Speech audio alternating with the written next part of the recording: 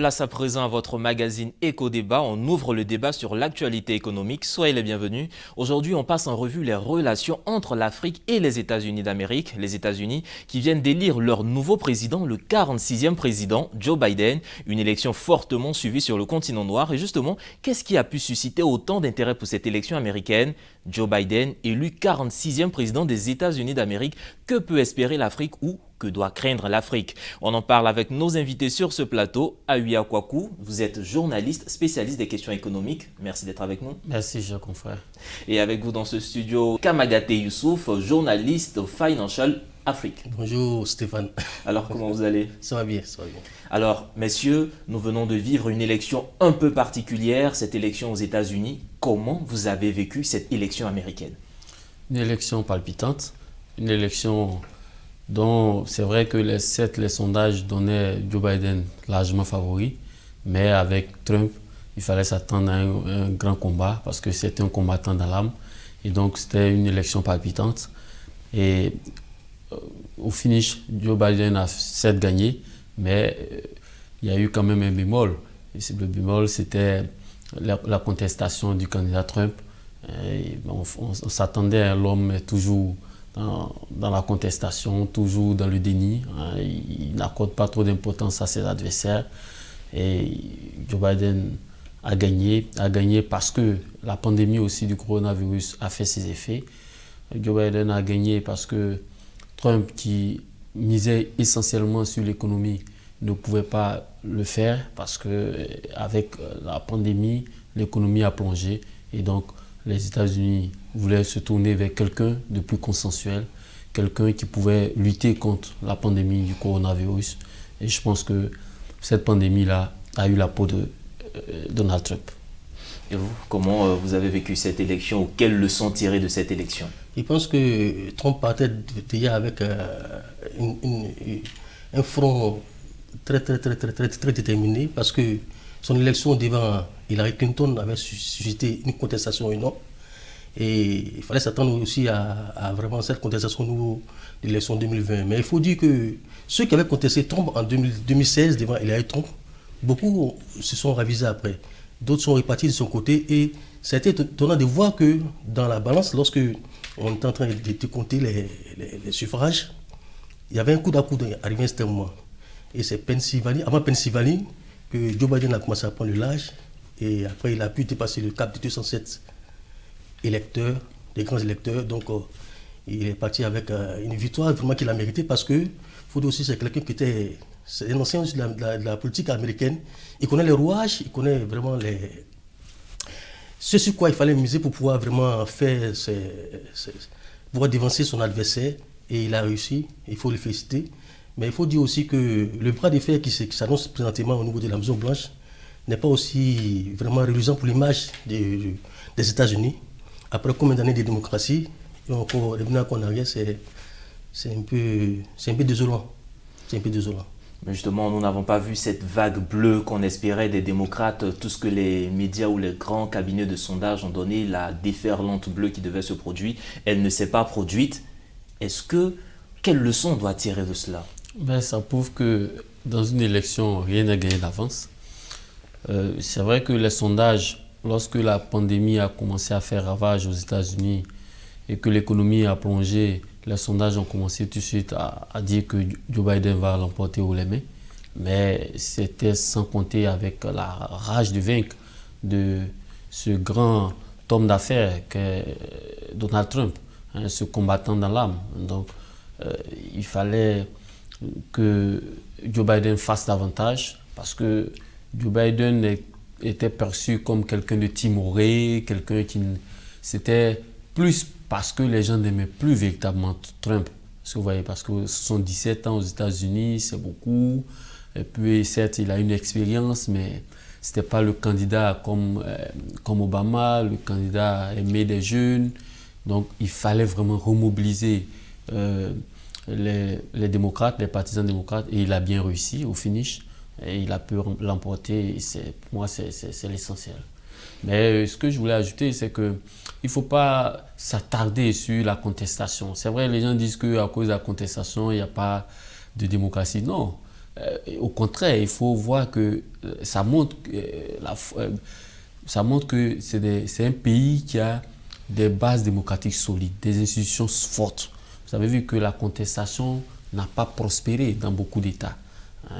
C'est seulement en Géorgie où le score était très serré, où la contestation a perduré. Mais j'écoutais un média des USA qui disait ce jour que les résultats allaient donner, que ça n'allait rien changer malgré le recomptage. Donc la contestation a montré quand même que c'est un pays qui garde toujours des bases solides et que le pays ne sait pas, il n'y a pas eu trop de crise. Vous voyez, si c'était en Afrique, d'un pays africain où le président sortant conteste les élections, où il a porté plainte, ça, on allait faire des mois et des mois encore dans des palabres. Mais là, ça se termine comme ça a commencé. L'élection va bien se terminer. Joe Biden sera bel et bien le prochain candidat parce que les États-Unis ont confiance, les populations ont confiance en leurs institutions. Des institutions fortes, mais aussi du côté de Joe Biden, le fait qu'il soit avec Kamala Harris, est-ce que cela n'a pas été un plus, un signe, un symbole d'ouverture que Joe Biden veut faire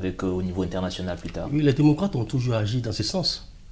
Et on se rappelle même avant Obama, Bill Clinton quand même avait déjà lancé les bases de cette ouverture à travers des projets, des actes qu'il a posés aussi en Afrique, avec par exemple l'AGOA, pour permettre, faciliter à ce que les pays en Afrique puissent développer leur activité et aussi explorer le marché international comme les États-Unis par exemple, et vice-versa.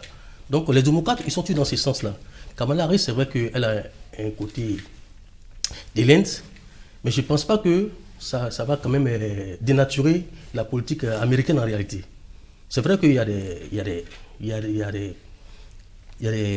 des divergences au niveau des démocrates, mais ça ne va pas quand même... c'est-à-dire que l'élément fondamental demeure, en fait. La politique américaine, elle demeure. Seulement, ils vont quand même essayer d'étendre leur champ d'action au niveau des locaux de diplomatie pour collaborer encore avec d'autres pays africains et d'autres pays dans certains continents aussi. Et ça, c'est normal. Les démocrates ont toujours agi dans ce sens. Mais je veux dire aussi que Trump aussi avec une vue aussi un peu... Il avait aussi une vue un peu étendue, une vue large aussi sur les autres continents. Il a même dit dans une de ses conférences que beaucoup de ses amis allaient en Afrique pour aller s'enrichir. Parce qu'il y a assez d'argent là-bas. Et il a même dit qu'il encourage les entreprises américaines à aller vraiment explorer ce marché africain-là. Voilà un peu le sens dans lequel c'est vrai. Trump, contrairement à ce qu'on pense, il a aussi quand même... il avait une ambition aussi pour les autres continents, et même l'Afrique. Et l'AGOA, il a aussi essayé de renforcer l'AGOA au niveau de certains pays. Même si aujourd'hui, le champ d'action est très faible parce que au niveau des produits qu'on exporte au niveau des États-Unis, le pétrole vraiment prend les 2 tiers des produits. C'est-à-dire que les produits qui sont exportés vers les États-Unis, le pétrole est plus exporté par rapport aux textiles, aux autres matières de base des pays africains. Donc il a quand même essayé de renforcer aussi cette politique américaine-là au niveau de l'Afrique. Donc moi je pense que les deux candidats ont quand même fait des ouvertures sur l'Afrique. Des ouvertures sur l'Afrique, et c'était là où nous allons arriver à la prochaine question, c'était de savoir, sous le mandat Donald Trump, qu'est-ce que l'Afrique a véritablement gagné? Avec Donald Trump, qu'est-ce que l'Afrique a pu gagner? Moi, je dirais que l'Afrique n'a pas gagné grand-chose sous Trump, parce que quand on prend au niveau des échanges, au niveau des investissements, les investissements ont chuté. Les investissements des États-Unis dans le monde, pour l'Afrique, représentaient 1% des investissements des États-Unis dans le monde. Au niveau des financements américains, ça a diminué en Afrique. Ensuite, avec Trump, l'Afrique n'était même pas au centre des préoccupations de Trump. Vous savez qu'il pensait même que l'Afrique était un pays, où il a confondu l'Afrique avec un pays de merde, parce qu'il n'avait même pas une bonne notion de l'Afrique. Je lisais quelque part que c'est à mi-mandat qu'il a nommé un secrétaire d'État aux affaires africaines. C'est dire qu'il n'avait pas vraiment de relations, il ne connaissait pas l'Afrique. Il n'a reçu que 3 chefs d'État, et lesquels le président du Nigeria, Buhari, le président d'Égypte et le président du Kenya. Vous voyez que c'est des pays qui ont une forte population. Donc, dans l'entendement de Trump, ces relations, c'était typiquement où est-ce que les États-Unis pouvaient faire des affaires. Donc c'était des pays à forte population avec qui ils pensaient que les États-Unis pouvaient faire véritablement des affaires. En dehors de cela, il n'y a pas eu d'action majeure des États-Unis en Afrique. Il a ignoré le continent, il n'est jamais venu sur le continent. Il n'y a pas eu, les investissements ont chuté. C'est pourquoi tout le monde, les Africains pensent que peut-être avec Joe Biden, il va avoir un changement. Je pense qu'on va en parler. On va y arriver, mais espérer ce changement, on a vu sous l'ère Obama, quand Obama est venu au pouvoir, ça a été vraiment une vague d'espoir pour le continent africain. Qu'est-ce qui a suivi après? Pour vous, comment est-ce que vous avez vécu le mandat Trump? Qu'est-ce que l'Afrique doit retenir du mandat Trump? Comme je le disais tout à l'heure, en fait, sous le mandat Trump, les relations commerciales qui existaient entre les États-Unis et l'Afrique se sont renforcées et ont continué. Au niveau de l'AGOA, c'est vrai que c'est 54 pays africains, il y a seulement 39 pays qui participent vraiment à ces mécanismes-là. Et sur les 39, je crois, il y a 19 qui arrivent quand même à asseoir une réforme vraiment efficace pour pouvoir aborder le marché américain. Mais les États-Unis ont été clairs sur le sujet. On demande aux pays africains de revoir leurs réformes. Nous, on vous offre nos marchés. Mais si vous envoyez des produits qui souvent amènent à avoir des critiques, c'est pas intéressant. Et Trump, il avait dit, il a même envoyé l'une de ses filles en Côte d'Ivoire, je me rappelle très bien, c'est en 2019, pour vraiment renforcer les liens entre les États-Unis et certains pays. Et même en Côte d'Ivoire, au niveau du MCC, du Millennium Challenge Corporation, c'est sous Trump que la Côte d'Ivoire a pu avoir le compact. On a pu bénéficier de 304 milliards pour pouvoir soutenir les infrastructures en Côte d'Ivoire et aussi certains projets qui pouvaient quand même mettre en avant notre pays. Si on prend de façon spécifique, il y a des pays où les États-Unis ont quand même investi. Mais de façon générale, comme il a dit, le taux est faible. Et même au niveau quand même de l'AGOA, effectivement, de 2002 à 2008, les échanges commerciaux entre les États-Unis et puis l'Afrique, c'était quoi, à 100 milliards. Mais en 2017, c'est passé à 39 milliards, mais 30 milliards. 39, oui. Voilà, c'est 39 milliards de dollars. C'est un peu fait, c'est très faible. Et là, c'est là que les États-Unis ont quand même ont pêché. Et du coup, ils se font dévancer par l'Union européenne et la Chine, qui arrivent à capter 44% des échanges commerciaux entre l'Afrique et ces deux espaces, l'Union européenne et la Chine. Donc voilà un peu où la Chine a pêché. Mais il faut dire aussi que ce qui a vraiment mis les États-Unis en retard, c'est le protectionnisme. Le fait de rectifier le déséquilibre commercial des produits américains vers d'autres pays et favoriser les produits américains, ça a créé vraiment un souci. Et Trump avait mis des taxes sur certains produits comme l'aluminium, comme le fer, qu'ils importaient. Du coup, ça n'arrangeait pas la Chine. Alors qu'il y a une étude du FMI qui disait, par exemple, que lorsqu'il y a un déficit de 1% de la croissance en Chine, il y a une répercussion de 0,26% sur l'économie africaine. Alors que la Chine est un partenaire privilégié de l'Afrique. Et justement, est-ce que c'est pas ce facteur qui a poussé l'Amérique sous Donald Trump à vraiment intensifier en quelque sorte sa stratégie vers l'Afrique, le fait de la concurrence avec la Chine? Au contraire, cette politique-là, en fait, il dit et c'est dédié. Vous dites que vous ouvrez l'Afrique, en même temps, vous adoptez des politiques contre votre concurrent sans savoir que ce concurrent est en partenariat avec l'Afrique. Voilà les répercussions que l'Afrique a vécues. Je voulais dire que les États-Unis sont restés troisième partenaire commercial de l'Afrique. Les États-Unis sont restés derrière. La Chine investit 10 fois plus de capitaux que les États-Unis sur le continent. Vous voyez que la marge est trop grande. La Chine, avec Afreximbank, à sa banque qui l'accompagne dans ses investissements, les États-Unis sont restés derrière parce qu'avec Trump, c'est l'éco-diplomatie. Pour Trump, il va là où les États-Unis sont en mesure d'avoir des affaires, sont en mesure de prospérer. Mais les pays, c'est par rapport à leurs intérêts qu'ils Oui, c'est vrai qu'il n'y a pas que les intérêts. Vous avez vu qu'avec Obama, c'est vrai que même si les États-Unis ont mis l'accent, par exemple, sur la bonne gouvernance. Quand il est venu au Ghana parler d'institutions fortes, parler au chef d'État, pourquoi il faut respecter la Constitution. Ça, un État d'une telle puissance peut agir sur le développement d'un continent en balisant, en instaurant la démocratie, en contribuant à l'essor de la démocratie, en contribuant à l'émergence de la bonne gouvernance. Donc, ce rôle-là, les États-Unis l'ont oublié carrément sous Trump parce qu'ils ne s'intéressaient même pas à l'Afrique. Ils ne s'intéressaient pas à l'Afrique. Lui-même, il n'y vient pas, il ne connaît pas véritablement le continent. Il n'avait pas d'homme fort. Si aujourd'hui on demande aux gens qui est aujourd'hui le vrai homme de l'Afrique de Trump, les gens ne le connaissent même pas. Vous voyez. Donc, il n'a pas mis l'Afrique au centre de sa diplomatie. Tout simplement parce que c'est le pétrole qui intéresse les États-Unis. Or, le pétrole, déjà, ils en gagnent avec l'Arabie Saoudite.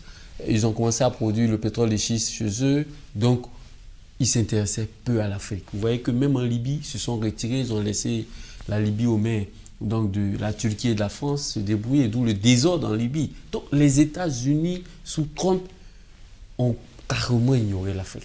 Avec l'élection de Joe Biden, quels sont, selon vous, les grands chantiers qui attendent le nouveau président américain? Bon, moi je pense que pour le moment, on n'a pas trop d'idées sur ce qu'il engage réellement. Mais moi je pense qu'on reste dans la même dynamique que tous les démocrates, de Clinton en passant par Barack Obama et aujourd'hui Biden. Je pense que c'est sur la même politique. Et amener les pays africains vraiment à s'intéresser au marché américain et faciliter la franchise des produits africains vers le marché américain, comme on parlait des tarifs douaniers, par exemple. Donc voilà un peu des paramètres sur lesquels je pense que les États-Unis peuvent mettre l'accent pour aider les pays africains. Je ne dis pas qu'il faut tendre la main, mais on ne peut pas aussi faire des investissements sans des prêts. C'est ça aussi le problème. Et vous, quels sont les grands chantiers qui déjà, avec Trump, les États-Unis sont retirés de beaucoup d'institutions de financement. Et donc, ils ont réduit les financements envers l'Afrique. Aujourd'hui, il faut remettre tout cela. Les États-Unis sont sortis de la COP19, COP21, parce que, alors que nous parlons de sécheresse en Afrique, de développement durable, il faut que les États-Unis soient présents dans toutes ces organisations qui peuvent aider certains États africains. Ça, c'est le premier point. Le second point, on aura peut-être avec Joe Biden la chance d'avoir quelqu'un qui, c'est vrai, dans sa diplomatie, va vouloir chercher le bonheur de son État, mais au moins, il ne dira pas toujours America first, l'Amérique d'abord, et puis rejeter toute autre chose. C'est vrai que Joe Biden, c'est un diplomate. Il a beaucoup travaillé dans la diplomatie aussi lorsqu'il était à la Maison-Blanche. Donc, ça peut déjà aider à recoller les morceaux. Parce que les États-Unis reviennent dans les institutions où ils sont partis. Et ça peut permettre déjà de reconstituer certains fonds, d'aider les États africains. On sait que la pandémie du coronavirus a fait que l'économie américaine a plongé. Et donc, avec cette chute drastique de l'économie, la priorité pour Joe Biden, c'est d'abord de remettre son pays sur les rails, au plan économique. Et donc, surtout que c'est là que c'est ce qui constitue la force de Trump. Donc, ils vont s'accentuer dessus. Ça va faire que dans les premiers moments, on n'attend pas le miracle envers l'Afrique, mais par la suite, on espère que lorsque les États-Unis vont retrouver leur croissance économique, lorsque les États-Unis vont retrouver une économie en plein essor, ils vont commencer à s'intéresser davantage à notre continent, qui est un continent d'avenir, où la croissance économique était de mise. L'Afrique subsaharienne a fait quelques 5 années de croissance économique où on peut investir. Donc, il y a beaucoup de challenges, il y a beaucoup d'attentes et c'est légitime parce que c'est quand même la plus grande économie au monde. Même si aujourd'hui la Chine a pris de l'importance, même si la Chine essaie de s'enraciner sur le continent, il faut que les États-Unis s'intéressent davantage au continent africain. Et justement, tous deux, vous parliez beaucoup de l'apport que les États-Unis peuvent avoir sur les institutions africaines. On parle beaucoup plus de subventions, mais on sait aussi que sous l'ère Obama, il y a eu cette initiative en faveur des hommes d'affaires qui développaient vraiment ce réseau d'affaires entre hommes d'affaires américains et hommes d'affaires africains. Il y a eu cette initiative en faveur des jeunes leaders africains. Il y a eu cette initiative en faveur des femmes entrepreneurs au niveau de l'Afrique. ce genre d'initiative, est-ce que vous pensez que Joe Biden va s'appuyer sur ces initiatives? Il va relancer et réactiver ce genre de choses? Je pense que généralement les actions d'Obama bénéficient aussi des conseils aussi de Joe Biden. Donc dans ce sens-là, il peut quand même les relancer. Mais d'une autre manière, dans tous les cas, chaque président vient avec aussi sa conception. Et, avec Joe Biden, tout ce que Obama a développé avec les jeunes comme Yali et autres, c'est des trucs qui sont encore là. Je crois qu'aujourd'hui, tous ces jeunes sont en réseau en Côte d'Ivoire. Beaucoup sont dans l'auto-emploi, dans l'entrepreneuriat jeune, avec les agripreneurs. On trouve d'autres personnes dans ces projets sur l'agriculture et autres. Ils ont quand même reçu, avec tout ce qu'ils ont reçu comme conseil au niveau des entrepreneurs et américains, à développer ça sur place. Et quand vous allez par exemple avec la BAC, quand vous sortez les fichiers, l'impact est quand même un peu élevé, c'est quand même positif. Quoi. C'est positif pour vous, vous partagez le même point de vue? Évidemment, quand on parle du passage de Barack Obama, on voit qu'il y a eu des traces. Hein, mais vous voyez qu'avec Trump, on n'a pas ces traces-là sur le continent. Ça, c'est mon point de vue et ça, c'est clair. Maintenant, avec Joe Biden, est-ce qu'on aura... les États-Unis vont davantage s'intéresser à l'Afrique? Comme le disent les gens, il ne faut pas trop rêver. Parce que l'Amérique et les États-Unis même traversent une situation difficile, je l'ai déjà dit. Maintenant, la priorité, c'est de remettre le pays sur les rails.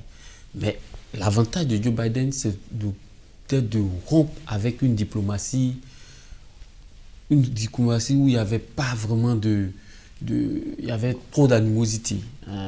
Les États-Unis étaient en conflit pratiquement ouvert avec tous ses anciens alliés, avec l'Europe et les pays européens, avec les pays autour de lui, le Mexique.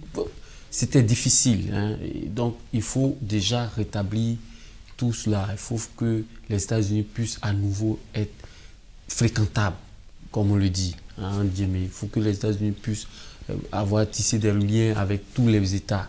Et c'est très important. Donc, Joe Biden va d'abord commencer à faire cela.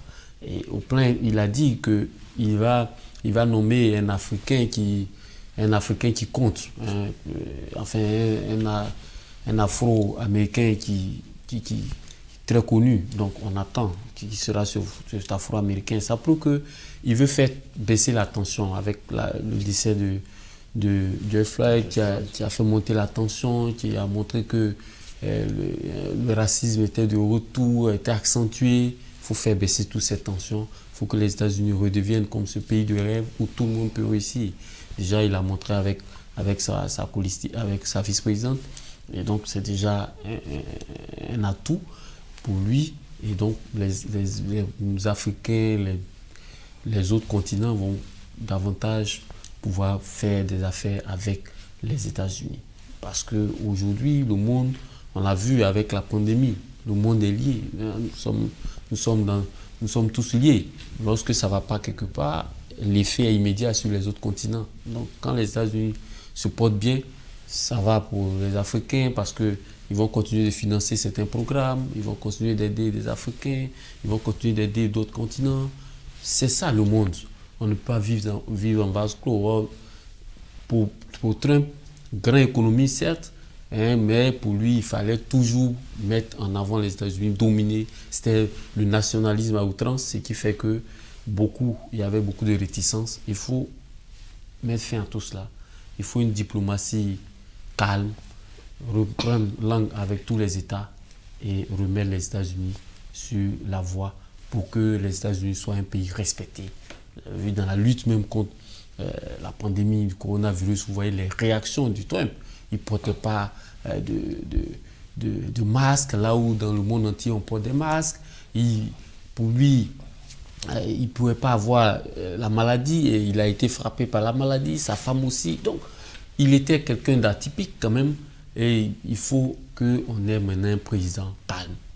C'est pourquoi Joe Biden dit qu'il va réconcilier les États-Unis il va réconcilier tous les citoyens. C'est déjà un point. Ensuite, il faut aller à la conquête du monde, ramener les amis des États-Unis sur la même table de négociation et puis remettre le pays sur les rails pour que le pays continue de jouer son rôle en tant que grande puissance dans les conflits, en tant que grande puissance dans la bonne gouvernance en Afrique.